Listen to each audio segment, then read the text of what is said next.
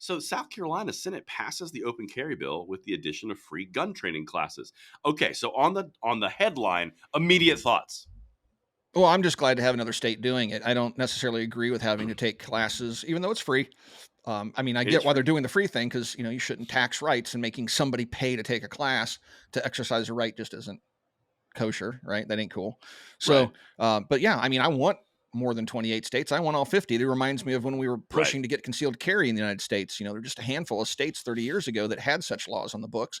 And then fast Hmm. forward to 2024, and all 50 states have some form of concealed carry now, with Illinois being the last one, drug kicking and screaming through the courts. Right. So maybe this will go the same way. You think it'll be Illinois? You think it'll be Illinois? Oh, Illinois, you talking about Illinois, or concealed California would carry? be the holdout. Well, I mean, there's a number of candidates because the landscape has changed yet again in the last couple of decades. Yeah, But true. That is true. there's several states out there vying for the most anti-freedom state in the union, and Illinois is certainly It's one of true. them. I'm putting my top three: California, Illinois, New York. I don't know. I just feel good about it. I don't know. Yeah, Massachusetts that's a is a good sleeper, trifecta. though. Yeah, It is a sleeper, though. Sometimes Massachusetts kind of get you right there. They like pop out Elizabeth Warren or Ed Markey, and it's like surprise. yeah, right. Um, it's like we had so much freedom here once. Anyway, um, And every once in a while, it was a good Maryland will time. come out of the woodwork, come out of left field and like, oh, hey, hold my beer. I got one for you. So Exactly right. But Maryland, it seems like, I think Maryland, it feels like the amateur leagues. Like they kind of want to get in on it. It's kind of like New Jersey. They're kind of like, I know you guys have main market share on the tyranny, but we really want to get some of that too. And everyone's kind of like, hey, we have our A-listers. You hush. I don't know. I feel like that. They always come out and they're like, now we're gonna be the toughest. It's like, no, New York, California pretty have that locked down. Illinois is also there too. I find these things funny, Tim. it is But funny watching them race to the bottom. But anyway, that's exactly right. All right, so now this is going to be something that I see a lot, and in this scenario with constitutional carry, we saw something similar in Florida, right? So there were, of course, Democrats on the left saying, no, this will kill the entire planet, and the sun will stop will cease shining. It will actually start the implosion of our solar system if we do this. Of course, that's natural. You see it coming for the children. But then this is where it gets interesting. We have people on the gun rights side saying, I want all or nothing. And then I that's think normal. this is an interesting piece. It is, it's 100% normal. Absolutely. Because in Florida, for example, we had last year, we were talking about constitutional carry, and there was a really big resistance to the constitutional carry in Florida because it didn't contain open carry. You remember that? Oh yeah, yeah. Right. So my thought on this, and this is just my personal stance, and I'm curious to hear your thoughts. I think this is an important discussion. Is this a case of letting, or that approach rather, letting the perfect be the enemy of the good and then going for more later? Or do you think more in line with the no, give it all or nothing? Where do you align on that? I'm just curious. So you got to play politics, right? And this is something Uh-huh. I've said for many years. If you take a look at what the anti-gunners do to us, they achieve their goals through incrementalism. They'll take Yes. they'll take that because they know it's a step towards their end goal. And that is a solid strategy. And then on the gun side, many times is what we're talking about, we dig in our heels and say absolutely not, perfect or nothing. And that's not Mm-hmm. necessarily always a winning recipe. Now, it has worked for us in the past. You take a look at like what It they did, can. Open Yeah. Carry Texas did, right? They pushed for and finally got. I didn't think that they were going to be able to do it, but they did it. So, but if I had my rathers, I would say we have to use incrementalism against those using it against us. Fight fire with fire. Take what we can get, but constantly keep pushing that border further and further out. Like if we can get that, then sure, it's not perfect, but we can make it more perfect once this settles in. We find out, hey, the crime rate didn't go up; it actually came down. Now we can justify going the next step because it always plays out to Mm-hmm. our favor. Every time we get concealed carry in all 50 states, or when we start pushing constitutional carry, the national average of violence in the United States continues to trend downwards. We have more guns going out there, we have more people Mm-hmm. carrying them, and the violence and the violent crime is coming down.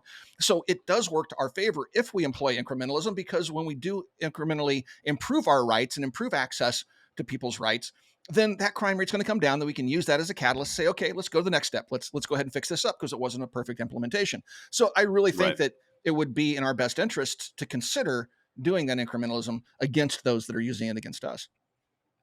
I completely agree. I want to add one thing to that because You are 100% correct. Absolutely. They use incrementalism against us, and they just slowly move the field just through 5-yard run plays, first down, boom, first down, boom. That's what they do, right? Right.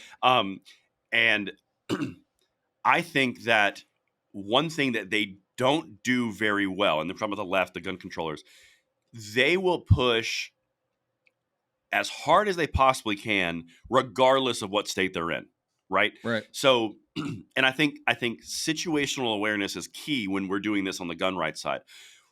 The left, if they're in Massachusetts, they go full bore, and they will be basically be told by the Democrats in power, and they will say, okay, listen, we can get this, but you can't go further than this because this is what we can accommodate politically. Right? They do it every time. Like when you look anywhere across the United States, wherever they're pushing, they will go as far as the electorate would allow. Right? I think that's an important piece on the gun rights side as well. So in Texas, in your example, you have the political capital and you have the political push and ambition to do something and push for open carry like that. Right? Now, in South Carolina, which has a tendency to be Republican, but also kind of rhino establishment Republican. That's kind of the South Carolina's main core Republican Party is very establishment. You're not going to have as much political capital because the supporters of those people are not as in the same or not in the same place as Texas, right? So I think you have to push as far as you can politically, and to your point, go the next year for the next piece. Like, for example, in Florida this year, there was open carry provisions in there to add into constitutional carry.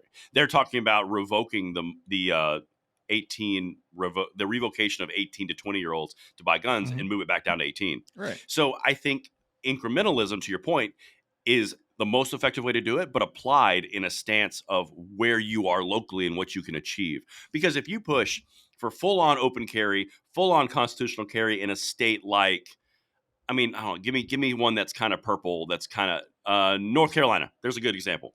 North Carolina is kind of pretty solidly purple. I don't know if you're going to go that far. Now, but I think you could get constitutional carry in time and then basically work into open carry, work into these different pieces. But right out the gate, going the full cake in your mouth, just get the full cake and eat it too. I don't know if that's viable. Yeah, maybe a better example would be the NFA, right? So we've made pushes to get suppressors off the NFA. Ultimately, we want the NFA gone. And the purists, myself included, would just like to see the NFA gone. It makes sense. We have a solid argument to get rid of it. But the reality is, the political reality of it is, we're going to have to dismantle it piece by piece, incrementally. Right? That's exactly right. Take out the suppressors, take out the SBRs. That leaves machine guns. But then after we get suppressors and SBRs out of the mix, then we say, what is the point of this anymore? What is the point? Well, we're going to keep the NFA on the books for this one item? It's like... So, that one item and also taxing a right. I mean, there's lots of reasons. Yeah. Right. But incrementally, we can get to where we want to be. We don't get the immediate gratification of abolishing the NFA tomorrow, but that's not practical. It's not going to happen. We don't have the political capital, and there's not very many politicians that are willing to take that step. They may take a baby step and get suppressors off because they're not technically firearms. We can make that pitch to them. They're safety devices.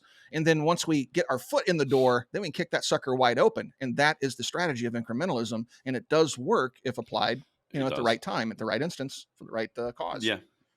No, I think you are absolutely correct in that, and that's a great example. That's I think this is a conversation that I would like to see across a lot more places in the gun world. To be quite honest with you, I think this is a very important conversation. And guys, let us know what you think in the comments field on this one. But the NFA is a great example, Tim. Like, why are suppressors in the NFA? Like, I mean, okay, 1934, your argument was, suppressors are bad because they allow gangsters to run bootlegged alcohol. I've seen comments that suppressors were added to the NFA because they didn't want people hunting or poaching or something like that, right? Yeah. But that doesn't make sense. That's not. I don't know why it was added, but yeah, it doesn't make sense at all. You could easily get suppressors out of that. It would not be hard to do it. No, and they shouldn't be in there. None of that stuff should be regulated the way that it is. I mean, just the whole taxation thing, we should be able to destroy it on that alone. But again, until we get there, let's take what we can get and push for the bits and pieces, because that's easier for many politicians to swallow, and it makes it more likely that we can be successful. It's true. That's true. I just had a really inappropriate joke that was in line with a lot of our previous videos, but we're not going to do it because it was in my head and it's going to stay there. Let's keep it locked away for now. Yes, we have enough male anatomy jokes, I think, to go around for the next week or so. That's true. How do you know I was mailing that? Okay, you're right. Well, You're because right. I know I'm not you all even too gonna- well. I'm not even going to front. I'm not even going to front. Pickles and ding dongs, my man. Pickles and There ding you go. dongs. See, All right. out it comes. Oh, all right. Well, You just kinda whipped it really out. joke. No big deal though. And that's No threatening big to deal me. though. Going back to And our it was video. threatening. Was it threatening? Very threatening. Oh, look at that. You just Tie it asserted right your back. dominance Linked it on right me. back to yesterday's Yep. video. That's right. I did. Did you feel threatened? I You did. feel like I Very was dominant? Oh, The fact I know Yeah, you're sitting I know. there with a pickle threatens me. It just does. I just want you to know that right now. I do. I'm It's uncomfortable. attached. I can't do anything about it. It's part of me. It's just here. It's just this is the whole package. You just Okay. Rumble strip. all right. There it is. Hey. All right.